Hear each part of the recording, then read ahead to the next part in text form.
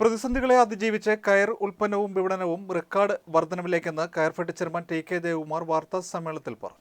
കയർ മേഖലയിലെ പ്രതിസന്ധികളെ അതിജീവിച്ച് കയർ ഉൽപ്പാദനത്തിലും വിപണനത്തിലും റെക്കോർഡ് വർധനവ് നേടാനായെന്ന് കയർഫെഡ് ചെയർമാൻ ടി.കെ. ദേവകുമാർ പ്രസ്താവനയിൽ അറിയിച്ചു. കേരള സർക്കാരിന്റെയും കയർ വകുപ്പ് മന്ത്രി പി. രാജീവിന്റെയും പ്രത്യേക ഇടപെടലിന്റെ ഭാഗമായി സർക്കാർ സഹായം ലഭ്യമാക്കിയതിനാലാണ് ഈ നേട്ടം കൈവരിക്കാനായതെന്ന് അദ്ദേഹം കൂട്ടിച്ചേർത്തു. ആലപ്പുഴയിൽ നടന്ന വാർത്താ സമ്മേളനത്തിൽ Coirfed president T K. Devakumar, vice president R. Suresh, general manager Biju B, marketing manager Anuraj M എന്നിവർ പങ്കെടുത്തു. കയർ ബീരി മേഖലയിൽ നൽകിയ സഹായങ്ങളാണ് ഞങ്ങൾ ഈ പറഞ്ഞിരിക്കുന്നത്.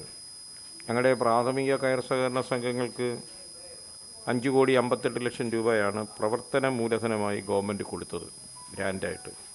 പിന്നെ ഈ ഇൻകം സപ്പോർട്ട് സ്കീം 9,15,00,000 രൂപ കൊടുക്കുമ്പോൾ ഒക്ടോബർ 31 തീയതി വരെയുള്ള തൊഴിലാളികളുടെ ഇൻകം സപ്പോർട്ട് സ്കീമാണ് നമ്മൾ കൊടുത്തിരിക്കുന്നത്.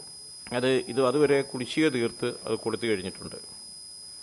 കയർ ഫണ്ടിന് സർക്കാർ അനുവദിച്ചതാണ് 12,68,00,000 രൂപ എന്നുള്ളത്. അത് മാർക്കറ്റ് ഡെവലപ്മെൻറ്റ് അസിസ്റ്റൻസായ ഒരു 4,30,00,000, പ്രൈസ് ഫ്ലക്ച്വേഷൻ ഫണ്ടായ ഒരു 6,43,00,000, സബ്സിഡി ആൻഡ് സർവീസ് ചാർജായി 1,89,00,000 രൂപ. അങ്ങനെ വിവിധ ഇനങ്ങളിൽ 12,62,00,000 രൂപയാണ് കയർ ഫെഡ് സർക്കാർ ഈ കാലയളവിൽ തൻവർഷം ഞങ്ങൾക്ക് ലഭിച്ചത്.